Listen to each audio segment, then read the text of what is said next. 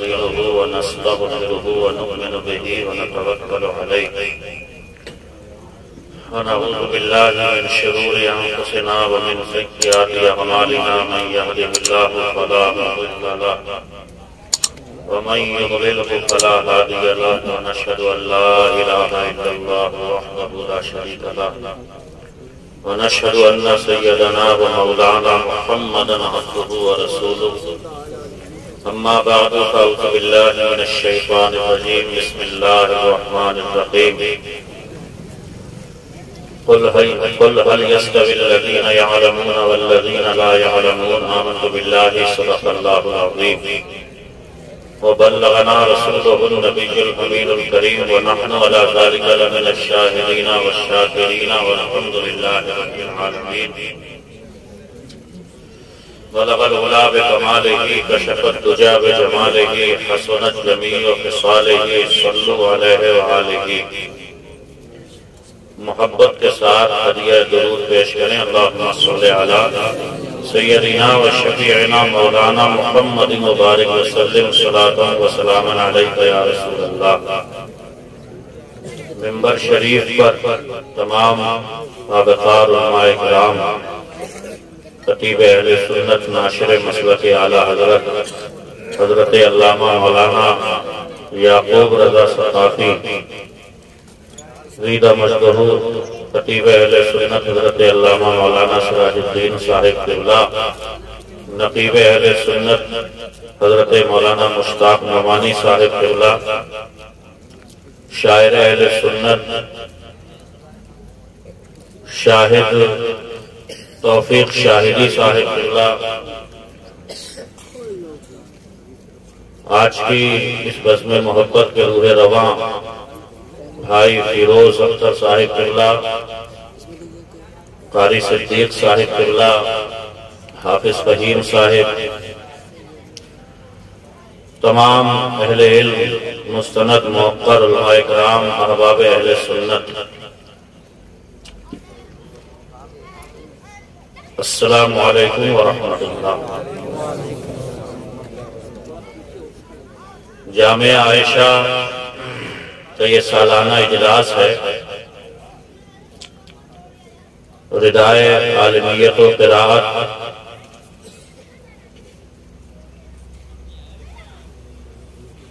کی بابرکت موقع پر یہ بزم نور سجائی گئی۔ اللہ تعالی جامعہ عائشہ کو دن 11ویں رات 12ویں ترقی عطا فرمائے، علماء کرام کا سایہ ہم تمام اہل سنت پر دراز فرمائے۔ جتنے لوگ یہاں پر حاضر ہیں، اللہ تعالیٰ آپ کا یہاں بیٹھنا، بیٹھ کر کے شعراء کرام، علماء کرام کے بیانات کو سننا، اسے قبول فرما کر اس کے تبسر سے دارین کی سعادتوں سے ہمیں بہرور فرمائے۔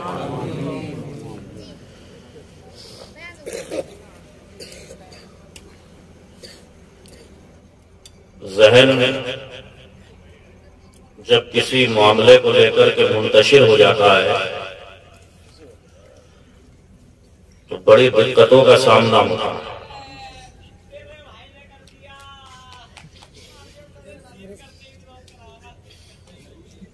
پتہ نہیں بھئیہ یہ کون ہے، میرے آتے جب بھائی نے کر دیا، خدا ہی بہتر جاننے کیا کیا کر رہے ہیں، بس اللہ رحم فرمائے اپنا۔ اصل میں کسی بھی نعمت کی جواب بے حرمتی کریں گے تو یاد رکھیے گا وہ نعمت چھین لی جائے گی۔ ہم نے بہت بے حرمتی کی اور ان مجلسوں کو بے بقعت بنانے میں ہم نے کوئی بھی کسر باقی نہیں رکھی، یہاں تک کہ ہمیں اس بات تک کا احساس نہیں ہوتا کہ علماء اکرام کے سینکڑوں بیانات سن لیے کہ یہ وہ مبارک مجلسیں ہیں جس میں فرشتوں تک کی حاضری ہوتی ہے۔ یہ وہ مبارک مجلسیں ہیں جن مجلسوں کو مدینہ شریف میں موجود ایک تربت گنبد خضرا سے رسول اللہ ملاحظہ فرماتے ہیں۔ تو کم سے کم اتنا تو اہتمام کرنا چاہیے کہ ان مجلسوں میں آئیں تو اپنے سروہی کو ڈھانپ لیں اور ایک چھوٹا سا کپڑا جسے ٹوپی کہتے ہیں وہ اپنے سر پہ رکھ لیں۔ ہم سے اتنا بھی نہیں ہو پایا۔ رونا روتے رہیے اب، اور اپنے حال زار پر اب جتنے بھی آنسو بہا ملے بہائیے، اس لیے کہ گزرتا وقت بتائے گا کون مخلص تھا، اسی لیے ہمیں تم سے شکایتیں نہ رہیں۔ اب ہر آنے والا وقت اچھی طریقے سے سمجھا دے گا کہ جو سمجھایا گیا اور وہ سمجھ میں نہیں آیا تو اس کا نتیجہ کیا ہوا۔ اس لیے وقت رہتے ابھی سمجھ جائیے اور خوب غور و فکر کریے کہ کیا غلطیاں ہوئی ہیں، کیا کوتاہیاں سرزد ہوئی ہیں، کیوں ہم نے دین کو ثانوی درجہ دیا، کیوں ہم نے دین کو پس پشت ڈالا، کیوں رسول اللہ صلی اللہ علیہ وسلم کے نظام کو ہم نے اہمیت نہیں دی۔ یاد رکھیں جب تک یہ بے اعتنائی اور لاپرواہی ہماری طرف سے بڑھتی جاتی رہے گی، زمانہ مزید ہم پر ظلم و ستم ڈھاتا رہے گا۔ کہنے کو کچھ بچا نہیں ہے اب۔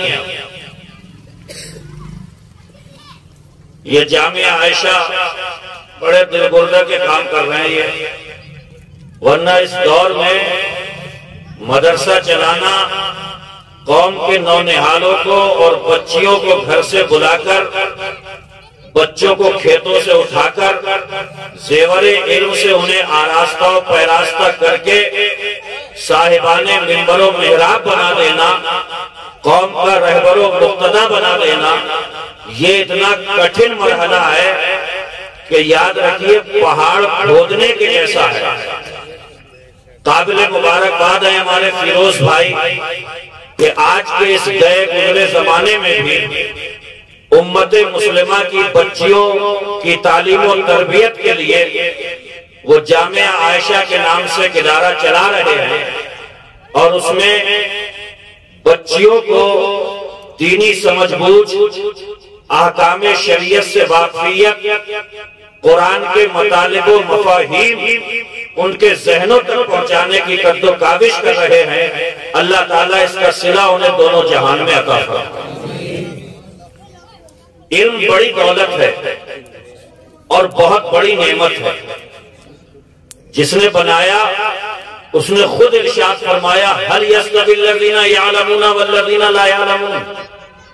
اے محبوب ان سے کہو کہ جاننے والے اور نہ جاننے والے بھی کیا برابر ہو سکتے ہیں؟ جاننے والا تو اجالے میں ہے، جاننے والا تو لائٹ میں ہے، جاننے والا تو روشنی میں ہے، وہ بھٹک بھی جائے تو خدا اسے توفیق دیتا ہے اور وہ منانے کے ہنر جانتا ہے۔ اسے آتے ہیں آداب سحر خیزی، وہ جانتا ہے کہ کس طریقے سے توبہ کرنا ہے، اسے معلوم ہے کہ شارع حیات پر کتنے احتیاط کے ساتھ میں گزرنا ہے، ورنہ انجان کو کیا پتا، اس نے تو ناراض کر لیا، اس نے تو دین کی صورت کو مسخ کر دیا، اسے کیا پتا کہ کس کا کیا بگڑا۔ بے نمازی سے کہو کہ تم نماز کیوں نہیں پڑھتا، تو کہتا ہے میں تو ہی نہیں پڑھتا ہوں، میں کسی کا کچھ بگاڑ رہا ہوں۔ میرے آقا صلی اللہ علیہ وسلم دنیا کا آخری دن ہے، رفیق اعلیٰ سے ملنے کے لیے تشریف لے جا رہے ہیں، امی عائشہ کے گود میں سر ہے اور میرے آقا ارشاد فرما رہے ہیں کہ لوگوں تم سے نماز نہ چھوٹنے پائے، اس لیے کہ وہ جعلت قرۃ عینی فی الصلاۃ، میری آنکھوں کی ٹھنڈک نماز میں بنائی گئی ہے۔ بے نمازی بڑے دھڑلے سے کہہ دیتا ہے میں کسی کا کچھ بگاڑ رہا ہوں، اس بے ہوش کو کیا خبر کہ تو رسول اللہ کو گنبد خضرا میں کتنی تکلیف پہنچا رہا ہے۔ ایک شرابی سے کہو یہ ہوٹ تیرے بڑے مقدس ہیں، انہیں ہلایا کر قرآن کی تلاوت کے لیے، انہیں چلایا کر ذکر اللہ کے لیے، انہیں چلایا کر مصطفیٰ کی نعتوں کے لیے، انہیں چلایا کر غوث اعظم کی منقبتوں کے لیے۔ تو کہتا ہے میں شراب پی کر کسی کا کچھ بگاڑ رہا ہوں، تجھے کیا معلوم کہ کل قیامت میں مصطفیٰ جان رحمت جب صحرائے شفاعت پہن کر کے آئیں گے تو تجھے کتنی شرمندگی کا سامنا ہوگا۔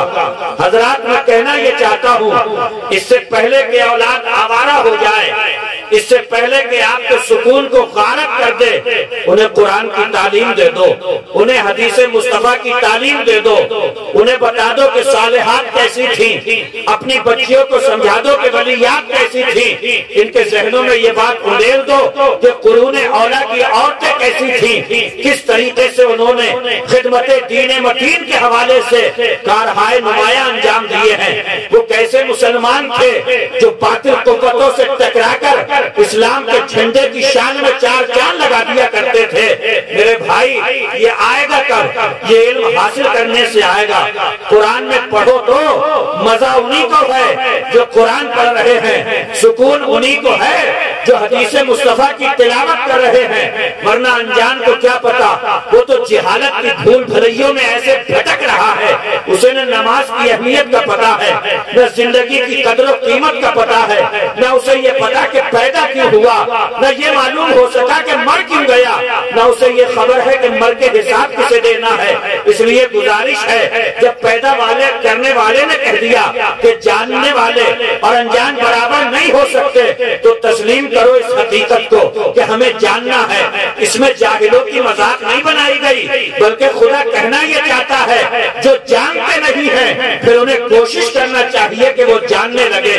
قرآن نے تو فارمولہ دیا، فَاسْأَلُوا أَهْلَ الذِّكْرِ إِن كُنتُمْ لَا تَعْلَمُونَ۔ تم کیوں اس بات کا رونا رو رہے ہو کہ ہمیں شریعت کا مسئلہ نہیں آتا، ہمیں نماز نہیں آتی، ہمیں قرآن کی تلاوت نہیں آتی؟ قرآن میں اللہ فرما رہا ہے فَاسْأَلُوا أَهْلَ الذِّكْرِ إِن كُنتُمْ لَا تَعْلَمُونَ۔ اگر نہیں جانتے ہو تو مسجد میں کیوں نہیں چلے جاتے؟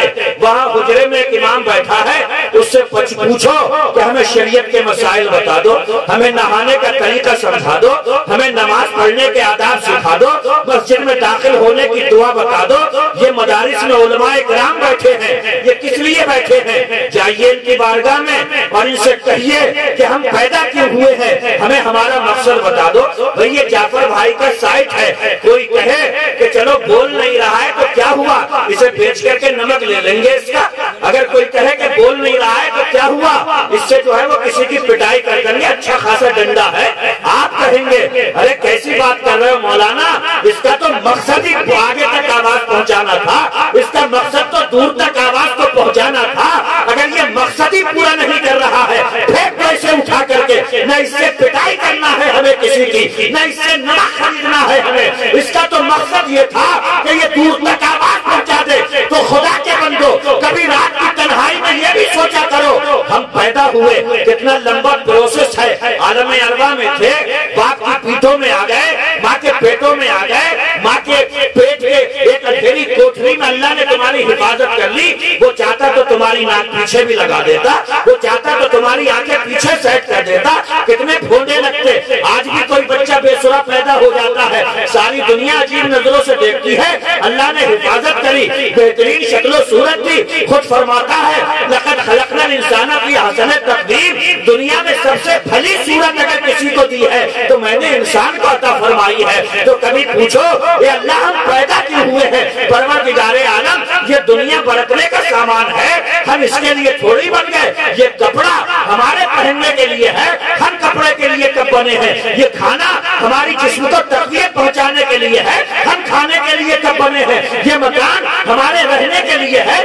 ہم مکان کے لیے کب بنے ہیں؟ تو جب مکان ہمارے لیے نہیں، کپڑا ہمارے لیے نہیں، کھانا ہمارے لیے نہیں، تو پھر ہم ہیں کس کام کے لیے؟ تو قرآن میں خدا کہتا ہے وَمَا خَلَقْتُ الْجِنَّ وَالْإِنسَ إِلَّا لِيَعْبُدُونَ، جنات کو اور انسانوں کو اگر دنیا میں بھیجا گیا ہے تو پیدا کرنے والے کی عبادت کے لیے بھیجا گیا ہے، اس کی بارگاہ میں جبین عقیدت کو جھکانے کے لیے بھیجا گیا ہے، سجدوں میں تڑپنے کے لیے بھیجا گیا ہے، رکوع میں مچلنے کے لیے بھیجا گیا ہے۔ اب اللہ کی عبادت کرنا ہے تو کیسے عبادت کریں گے؟ جب تک عبادت سیکھیں گے نہیں تب تک کر نہیں سکتے، جب تک علم سیکھیں گے نہیں نماز پڑھ نہیں سکتے، روزے کا مسئلہ معلوم نہیں تو روزے میں غلطی کر بیٹھیں گے۔ اگر آپ تجارت کر رہے ہیں اور اگر تجارت کے مسئلے نہیں جانتے تو آپ ٹھیک سے تجارت نہیں کر پائیں گے۔ آپ کو اگر جھوٹ کا وبال نہیں پتا تو آپ جھوٹ میں مبتلا ہو کر کے تباہ و برباد ہو جائیں گے۔ یہ سب کچھ سکھانے کے لیے اسی زمین کے پردے پر آسمان کے نیچے اگر لڑکوں کو سکھانے کے لیے بنا ہے تو آپ کے پیچھا میں اشاعت العلوم بنا ہے اور قوم کی بیٹیوں کو حلال و حرام سمجھانے کے لیے بنا ہے۔ تو فیروز قادری کا جامعہ عائشہ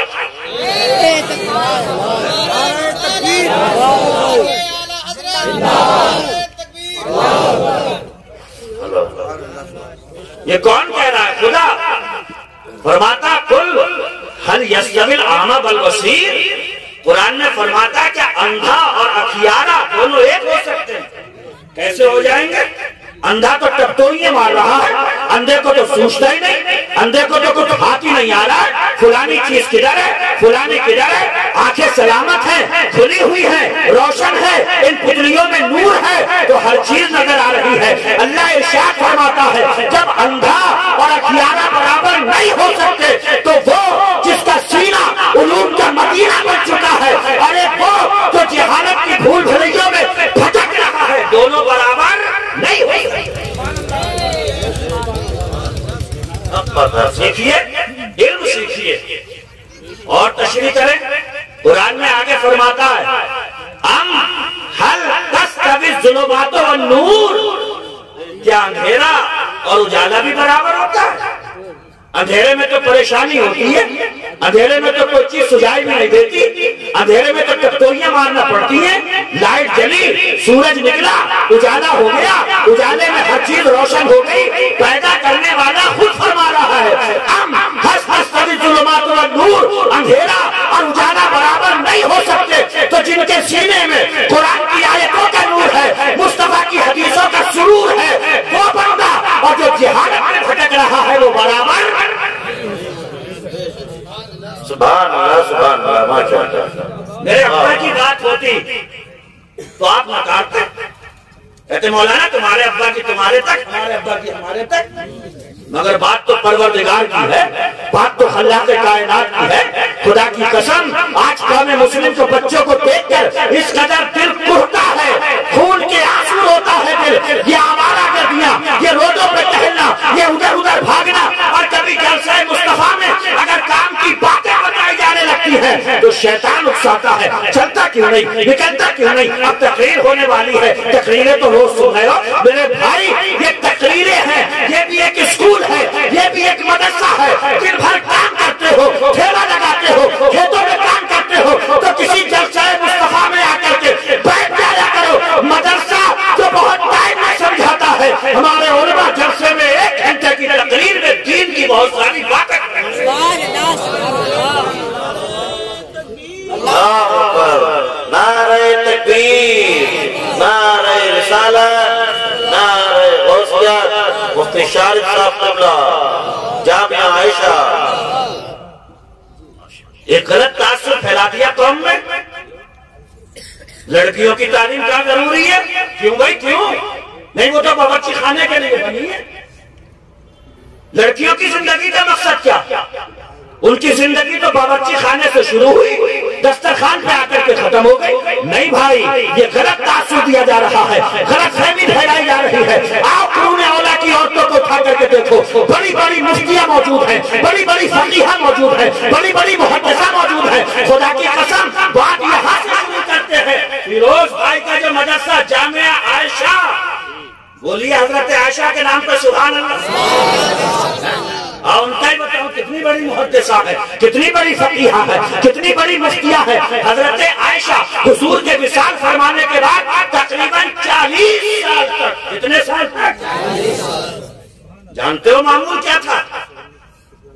فجر کی نماز پڑھی اور آدھو وظائف کیے اور پھر اماں عائشہ کے حجرے کا دروازہ کھلتا تھا لوگ سمجھ جاتے تھے اما عائشہ کی مسند لگ چکی ہے، درسگاہ لگ چکی ہے، اب تعلیم و تعلم کا سلسلہ شروع ہوگا، قرآن سمجھایا جائے گا، حدیث سمجھائی جائے گی۔ خدا کی قسم حضور کے وصال کے بعد میں 40 سال تک حضرت عائشہ کا دروازہ یوں ہی کھلتا رہا۔ بعد فجر نماز پڑھ کے اور آدھا وظائف کر کے جب دروازہ کھلتا تھا تو کمرے کے اندر ایک پردہ لٹکا ہوا ہے، اب ایک ایک مرد دو مرد جاتے تھے اسی حجرے میں اور کہتے تھے میں فلانا ہوں، میں فلانا مسئلہ پوچھنے کے لیے آیا ہوں، میں فلاں ہوں، میں قرآن کی فلاں آیت کے بارے میں پوچھنے آیا ہوں، میں فلاں ہوں، فلاں حدیث کے بارے میں پوچھنے آیا ہوں۔ خدا کی قسم ام المومنین ہم سارے مومنوں کی ماں حضرت ابو بکر کی بیٹی رسول اللہ کی سب سے چہیتی بیوی حضرت عائشہ 40 سال تک اپنے حجرے میں بیٹھ کر قرآن کی آیت بھی سمجھا رہی ہے، حدیث رسول بھی سمجھا رہی ہے، وراثت کا مسئلہ بھی بتا رہی ہے، دین کے احکام بھی سکھا رہی ہے۔ خدا کی قسم حجرہ عائشہ میں بیٹھ کر کے 40 سال تک دین کی تبلیغ کرنے والا کوئی مرد نہیں تھا۔ سبحان اللہ، اس زمانے کی ایک خاتون تھی جن کو عائشہ صدیقہ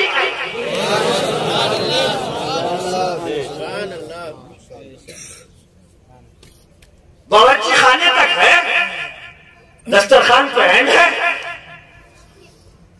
شرم آتی ہے کبھی کبھی یار،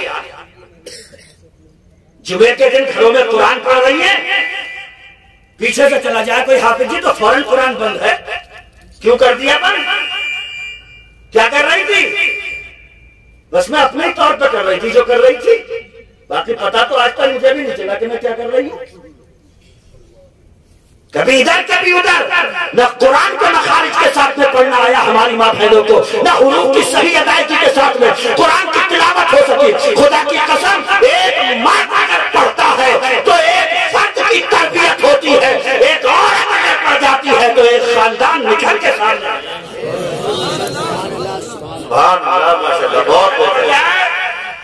تو پورا خاندان نکل جاتا ہے۔ ایک مرد پڑھتا ہے تو اس کا فیضان ایک مرد تک محدود رہتا ہے۔ خدا کی قسم ہم نے ایسے ایسے واقعات دیکھے ہیں، ارے میں کیا بتاؤں یار، دل خوش ہو جاتا ہے کبھی کبھی۔ ردر پور میں ایک گھر میں فاتحہ پڑھ رہا تھا، اندر کمرے میں ایک عورت اپنے بچے کو کھانا کھلا رہی تھی، تو کھلانے سے پہلے کہہ رہی تھی کہو بسم اللہ وعلی برکت اللہ، ورنہ میں تمہیں کھانے کا ایک لقمہ بھی نہیں دوں گا۔ دل کھول کر، دل جو ہے وہ پھولے نہیں سما رہا تھا۔ یا اللہ، زمین کے پردے پر آج کل ایسی خواتین بھی موجود ہیں جو اپنے بچے کے لقمہ بعد میں دیتی ہے، اس کے ہونٹوں سے اللہ کا نام پہلے کس نے کہہ دیا کہ ان کی زندگی باورچی خانے تک ہے؟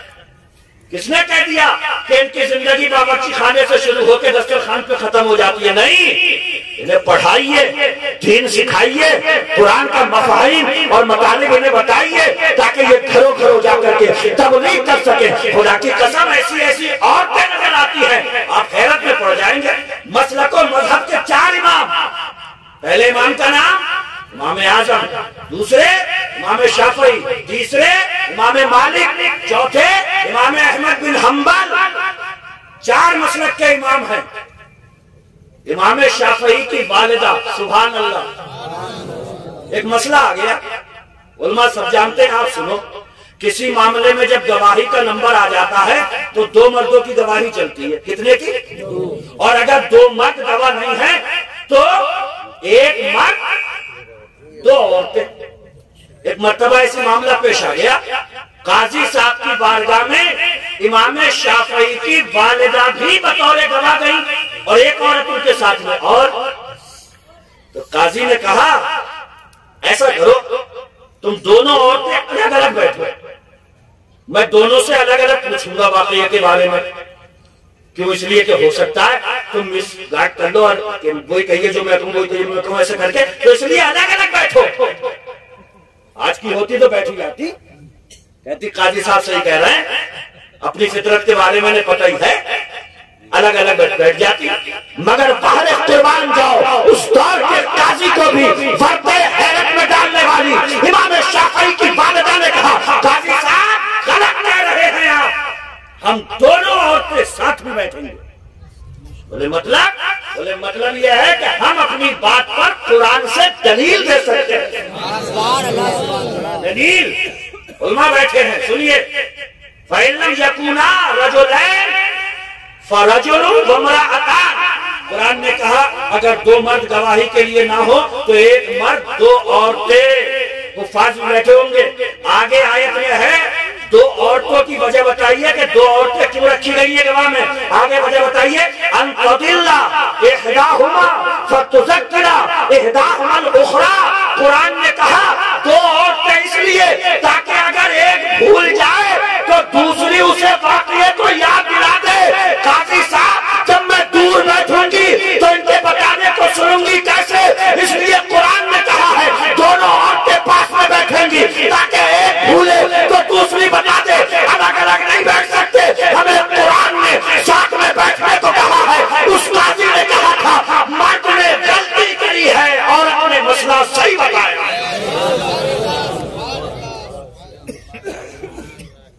ایسی ایسی عورتیں یار ہمارے یہاں تو وہی آدھا کلو قیمہ پکاتے پکاتے مر گئی، کچھ نہیں کرا اس نے۔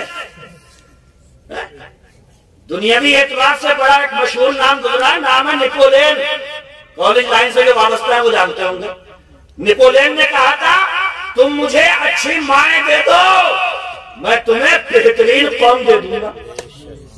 اچھی مائیں حوالے کرنا یہ تمہارا کام ہے، بہترین قوم کو وجود میں لانا یہ میرا کام ہے۔ اس لیے کہ ایک ماں جب گھر کے اندر بہترین تعلیم و تربیت کا اگر انتظام کر لیتی ہے تو خدا کی قسم ایک بہترین معاشرہ خود بخود وجود میں آ جائے۔ نعرہ تکبیر، نعرہ رسالت، نعرہ غوثیہ، مفتی شارف صاحب قبلہ، جامعہ عائشہ، واہ واہ کیسی کیسی عورتیں۔ مذہب و مسلک کے ایک امام ہے امام مالک، سبحان اللہ، ان کی بیٹی محدثہ، سبحان اللہ۔ پہلے محدثہ بتا دوں، کہیں سمجھتے ہو کہ پتہ نہیں کسے کہہ رہے ہیں۔ محدثہ کا مطلب یہ ہوتا ہے جو حضور کی حدیثیں بیان کرتی ہیں، جیسے کہ حضرت ابو ہریرہ نے فرمایا کہ حضور نے یہ فرمایا ہے۔ یہ بیان کرنے والے جو لوگ ہوتے ہیں محدثین، تو امام مالک کی بیٹی محدثہ۔ اچھا ایک بات اور، یہ علماء کا طبقہ بیٹھا ہوا ہے، ہمیں بتائے کیا کسی انہوں نے کتاب میں یہ پڑھا ہے کہ اگر کوئی عورت حضور کی حدیث بتائے تو اس کی روایت کمزور ہے اور مرد بتائے تو روایت مضبوط ہے؟ نہیں، بلکہ آپ اٹھا کر کے دیکھیے تاریخ کو، جو روایت کا درجہ حضرت ابو بکر صدیق کی روایت کا ہے وہی درجہ حضرت عائشہ کی روایت کا بھی ہے، جو درجہ حضرت فاروق اعظم کی روایت کا ہے وہی آپ کی بیٹی حضرت حفصہ کی روایت کا بھی ہے، جو درجہ ابو ہریرہ کی روایت کا ہے وہی درجہ ام شفا کی روایت۔ سبحان اللہ سبحان اللہ۔ اگر یہ آ جائے کہ حضرت عائشہ نے یہ حدیث بیان کری تو کوئی مائی کا لال یہ نہیں کہہ سکتا عورت نے بیان کری ہے کمزور ہے، نہیں، جو درجہ ابو بکر کی روایت کا ہوگا وہی درجہ ابو بکر کی بیٹی عائشہ صدیقہ کی روایت کا ہوگا، جو درجہ فاروق اعظم کی روایت کا ہوگا وہی درجہ فاروق اعظم کی بیٹی حضرت حفصہ کی روایت کا۔ محدثہ ہے امام مالک کی بیٹی، حضرت امام مالک نے پوری زندگی مدینہ شریف میں حدیث کا درس دیا، سبحان اللہ، اور اسی کمرے میں پردہ لگا ہوا تھا، پردے کی اوٹ سے امام مالک کی بیٹی بیٹھا کرتی تھی۔ امام مالک کے شاگرد آ کر کے جب رسول اللہ کی حدیثیں سنا رہے ہیں، اگر حدیث سناتے امام مالک نے اگر کسی اور طرف توجہ کر لی اور حدیث پڑھنے والے نے اگر غلطی کری، امام مالک کی بیٹی بولتی نہیں تھی کہ غلطی ہو گئی، وہاں ایک تپائی رکھی تھی، اس پہ ہاتھ مارا کرتی تھی۔ امام مالک سمجھ جاتے تھے پڑھنے والے نے حدیث میں غلطی کرتی ہے، ذرا قربان جائیے، امام مالک کی بیٹی محدثہ ہے، پردے کی آڑ میں بیٹھی ہوئی ہے، حدیث سنانے والا حدیث سنا رہا ہے اور پکڑنے والی کوئی مرد نہیں، امام مالک کی بیٹی ہے۔ غلط پھیلا دیا کہ باورچی خانے پر یہ تو وہ چیز ہے کہ خدا کی قسم بیوی کی شکل میں ہو تو خلوص، محبت، وفاداری، چاہت کا ایک حسین افسانہ ہے عورت۔ یہ اگر بہن کی شکل میں ہو تو بھائی کے لیے نعمت ہے ایک عورت، یہ اگر بیٹی کی شکل میں ہو تو باپ کے لیے رحمت ہے یہ، اور اگر یہی بیوی کی شکل میں آ جائے تو سبحان اللہ مرد کے آدھے ایمان کو مکمل کرنے والی ہے۔ یہی عورت اگر پروسیس آگے بڑھاتے ہوئے چلتے چلاتے ہوئے اگر ماں آ جاتی ہے تو جنت اٹھ کر کے اسی کے قدموں میں آ جائے گا۔ آپ نے اسے کمزور کیسے سمجھ لیا؟ ایسی ایسی زمین کے پردے پر عورتیں گزری کہ سبحان اللہ، جن کی ذہانت و فطانت، جن کی تعلیم لیاقت پہ آج تک رشک کیا جا رہا ہے، ہمیں خبر کہاں ہے؟ تو یہ جو لڑکیوں کا مدرسہ ہے، یہ یہی بتانے کے لیے ہے کہ پہچانو خود کو کہ تم ہو کون۔ حضرت سیدتنا ام سلمہ گھر میں تشریف فرما ہے اور رسول اللہ مسجد نبوی میں اپنی تقریر شروع کر رہے ہیں، اچانک آپ نے فرمایا ایھا الناس، اے لوگو۔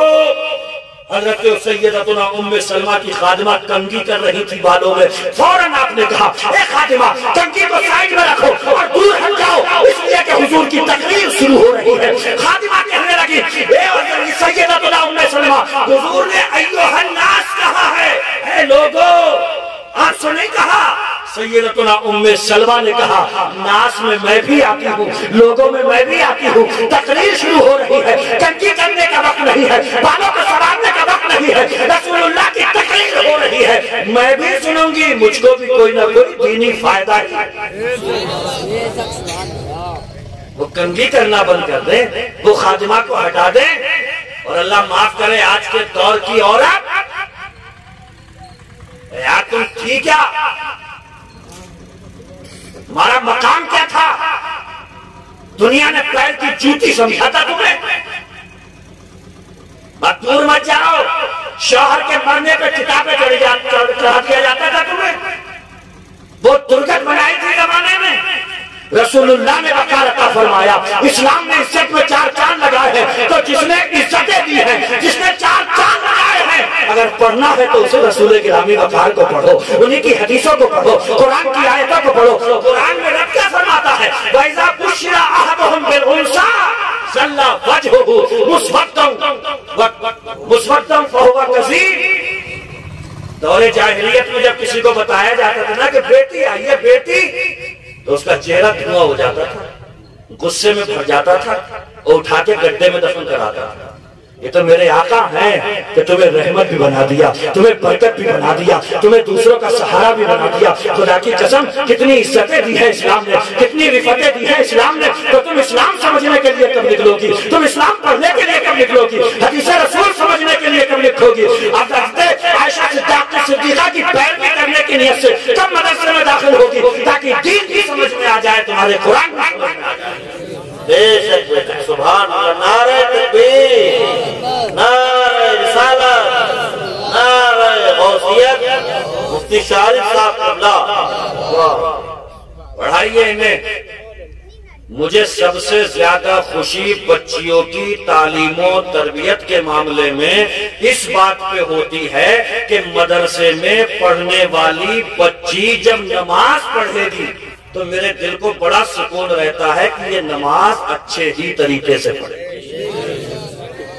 مجھے سب سے زیادہ ڈگریاں ادریاں تو بعد میں، چادریں ادرے تو بعد میں، دستار فضیلت تو بعد میں، ردائے فضیلت تو بعد میں، ردائے قرات تو بعد میں، یہ مجھے سب سے بڑی خوشی ہے کہ اگر مدرسے میں چند دن آ کر کے گزار لے اور اپنی معلمہ کے سامنے ثانوی ادب طے کر کے کچھ دنوں اگر علم سیکھ لے تو دل کو تسلی ہے کہ نماز پڑھے گی تو غلط نہیں، انشاءاللہ صحیح ہی پڑھے گی۔ تم نے